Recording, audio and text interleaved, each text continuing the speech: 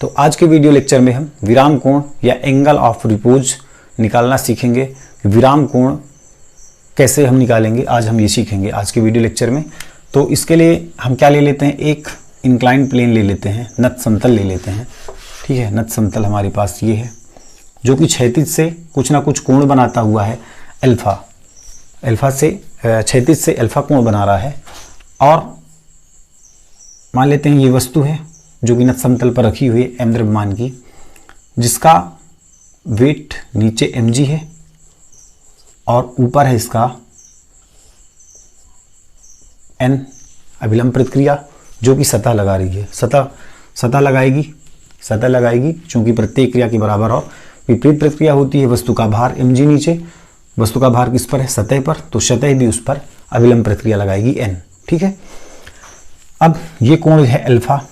अब इसके mg के दो घटक हमको मिलेंगे। mg के दो घटक, एक होगा क्षैतिज घटक, एक होगा ऊर्ध्वाधर या लंबवत घटक। तो क्षैतिज घटक किधर बनेगा, क्षैतिज घटक में क्या बनेगा, साइन या कॉस। इसके लिए ये कोण हो गया अल्फा। ठीक, और ये कोण क्या है, ये mg क्या है, लंबवत लग रहा है, तो ये हो गया 90। तो ये वाला एंगल जो होगा, ये त्रिभुज बनाना ऐसे, तो त्रिभुज के तीनों कोणों के कितना होता है 180। तो ये वाला तीसरा कोण कितना हो जाएगा, जब हमको दो कोण फाइंड हैं, दो कोण हमको प्राप्त हैं, तो तीसरा कोण हम निकाल सकते हैं। तो तीसरा कोण मान लेते हैं x है, तो x क्या हो जाएगा, तीनों कोणों को 180 माइनस 90 माइनस x होगा ना ऐसे। ठीक है, तो 180 में 90 गया तो 90 माइनस x, तो ये वाला कोण कितना हो जाएगा, ये वाला हो जाएगा 90 माइनस x। ठीक है, ये x की जगह पे इसको अल्फा मान लो, तो 90 माइनस अल्फा। ठीक है, इस कोण को हम मान लेते हैं अल्फा है, तो ये हो गया 90 माइनस अल्फा। अब जब 90 माइनस अल्फा है तो ये वाला कोण कितना बचेगा, ये वाला बचेगा अल्फा। ठीक है, बात समझ आ रही है ना। जैसे ये कोई बड़ा सा बना लेते हैं, नत समतल है, m द्रव्यमान की वस्तु रखी है, इसका भार है mg नीचे।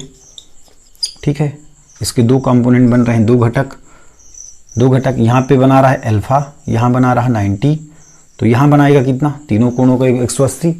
तो तीसरा कोण कितना होगा, जब एक कोण 90 है दूसरा अल्फा है, तो तीसरा होगा 180 माइनस 90 माइनस अल्फा, मीन्स ये हो गया 90 माइनस अल्फा। ये वाला जब ये हो गया 90 माइनस अल्फा, तो ये वाला कोण कितना बचेगा, ये बचेगा अल्फा। चूंकि ये जो पूरा कोण है ये बना रहा है 90, ये पूरा कोण 90 है, समझ रहे हो ना, ये पूरा कोण 90 है, तो ये वाला कोण बनेगा, जब ये पूरा 90 है तो ये वाला अल्फा बनेगा, चूंकि ये हो गया 90 माइनस अल्फा और ये हो गया प्लस का अल्फा। तो माइनस अल्फा प्लस अल्फा काटेंगे तो ये पूरा बन जाएगा 90। तो ये पूरा 90 है, तो ये 90 माइनस अल्फा, तो ये होगा अल्फा। ठीक है, ये हुई बात एंगल निकालने की, है ना। तो यहाँ पे हो गया अल्फा, तो इधर एक घटक होगा क्या, mg cos अल्फा, चूंकि जिधर थीटा उधर cos। ठीक है, जिधर थीटा उधर cos, इधर अल्फा तो इधर cos हो जाएगा, mg cos अल्फा। और एक क्षैतिज घटक बनेगा mg sin अल्फा। ठीक है ना, इतनी बात समझ आई, इसको मिटा दे रहा मैं। ठीक, तो किसी नत समतल पर इंक्लाइंड प्लेन पर कोई वस्तु रखी है, नत समतल है। ठीक है, नत समतल समझ रहे हो ना, जहां वस्तु फिसल सकती है, उस सतह पर कोई वस्तु रखी है स्मॉल m द्रव्यमान की, जिसका भार है नीचे mg। तो सतह उस पर प्रतिक्रिया बल लगाती है, अभिलंब प्रतिक्रिया बल लगाती है n ऊपर की ओर। ठीक, जितना वेट नीचे उतना n ऊपर। ठीक, मतलब ये दोनों बैलेंसिंग फोर्स हैं, ये दोनों आपस में इक्वल होंगे, बराबर होंगे दोनों। और इस mg के हमको दो घटक मिलते हैं, जिधर अल्फा उधर cos, और क्षैतिज घटक हमको मिलता है mg sin अल्फा, जो कि क्षैतिज के समांतर है, और क्षैतिज के लंबवत घटक है mg cos अल्फा। अब देखो ये वस्तु जो है ना, वस्तु क्या है, ठीक फिसलने की स्थिति में है। अल्फा है विराम कोण अपने पास, अल्फा क्या है, विराम कोण क्या है, अल्फा। ठीक है, एंगल ऑफ रिपोज है अल्फा, विराम कोण है मीन्स।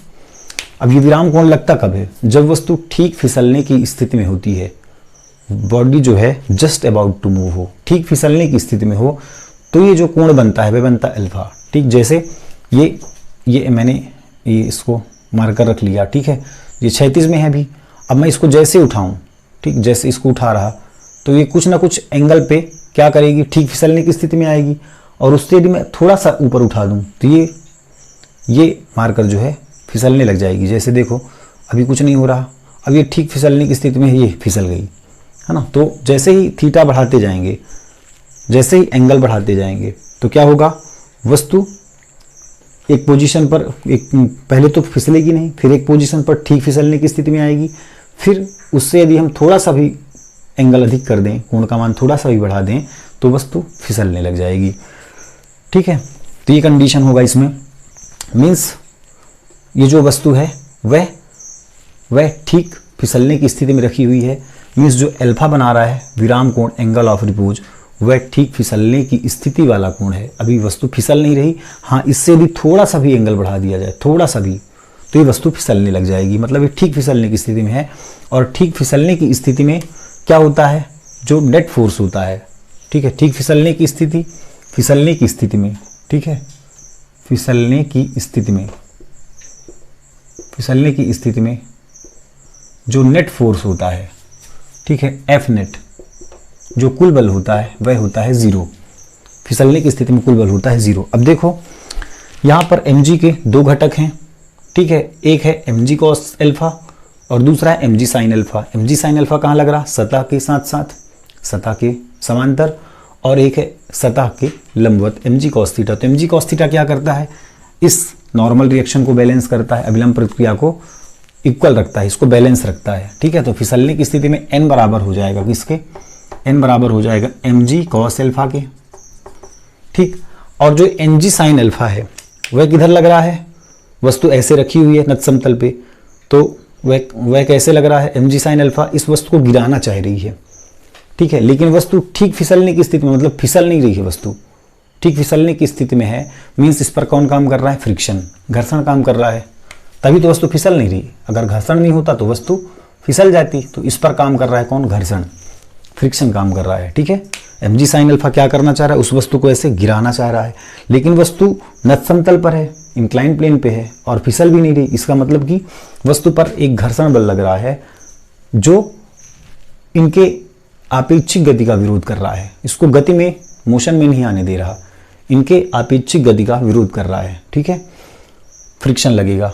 अब चूंकि वस्तु ठीक फिसलने की स्थिति में है, तो जब ठीक फिसलने की स्थिति में जो घर्षण काम करता है उस घर्षण को हम कहते हैं सीमांत घर्षण या स्थैतिक घर्षण का अधिकतम मान। जब वस्तु ठीक फिसलने की स्थिति में हो तो लगने वाला घर्षण कैसा घर्षण होगा, सीमांत घर्षण, एफ लिमिटिंग।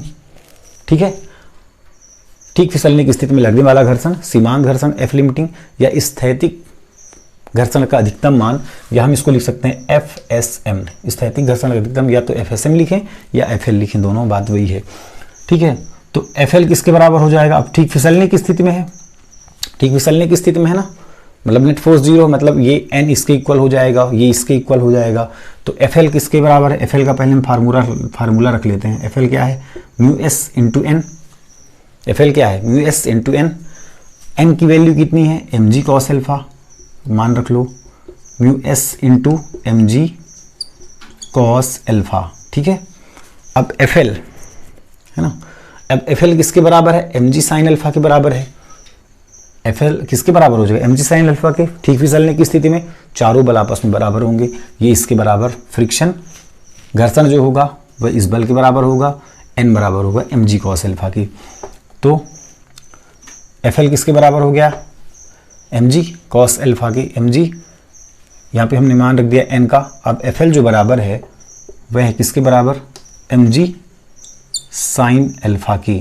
ठीक है, इसको इक्वेशन 1 दे दो, इसको सेकेंड दे दो। ठीक है, एफएल किसके बराबर हो जाएगा, mg sin अल्फा की। अब समीकरण 1 व 2 से इसके LHS बराबर हैं तो RHS भी बराबर होंगे। तो समीकरण 1 व 2 से, समीकरण 1 व समीकरण 2 से क्या हो जाएगा, इसको एक बार इसको लिख लो, mu s mg cos alpha, mu s mg cos alpha equal mg sin alpha. ठीक, तो mg से mg कैंसिल, तो म्यू एस इक्वल क्या हो जाएगा, ये साइन अल्फा और ये इंटू में इधर आएगा डिवाइड में कॉस अल्फा। तो म्यू एस की वैल्यू क्या हो गई, tan अल्फा। ठीक है, जहाँ पे विराम कोण क्या है, अल्फा, तो अल्फा बराबर हो गया कितना, अल्फा बराबर टेन, इधर जाएगा तो टेन इनवर्स म्यू एस, है ना। मीन्स जो अल्फा क्या निकल गया, tan inverse mu S. Alpha क्या है, विराम कोण। तो यदि हमें म्यू एस का मान पता हो तो हम विराम कोण का मान पता कर सकते हैं कि विराम कोण कितना है। और विराम कोण क्या है, जब वस्तु ठीक फिसलने की स्थिति में होती है, नत समतल पर रखी कोई वस्तु जब ठीक फिसलने की स्थिति में होती है या सीमांत संतुलन की स्थिति में होती है, तो वह नत समतल क्षैतिज के साथ जो कोण बनाता है उसे हम कहते हैं विराम कोण। तो इसको आप लिख भी सकते हैं कि जब कोई वस्तु किसी नत समतल पर ठीक फिसलने की स्थिति में होती है या सीमांत संतुलन की स्थिति में होती है, तो क्षैतिज के साथ नत समतल जो कोण बनाता है उस कोण को कहते हैं विराम कोण।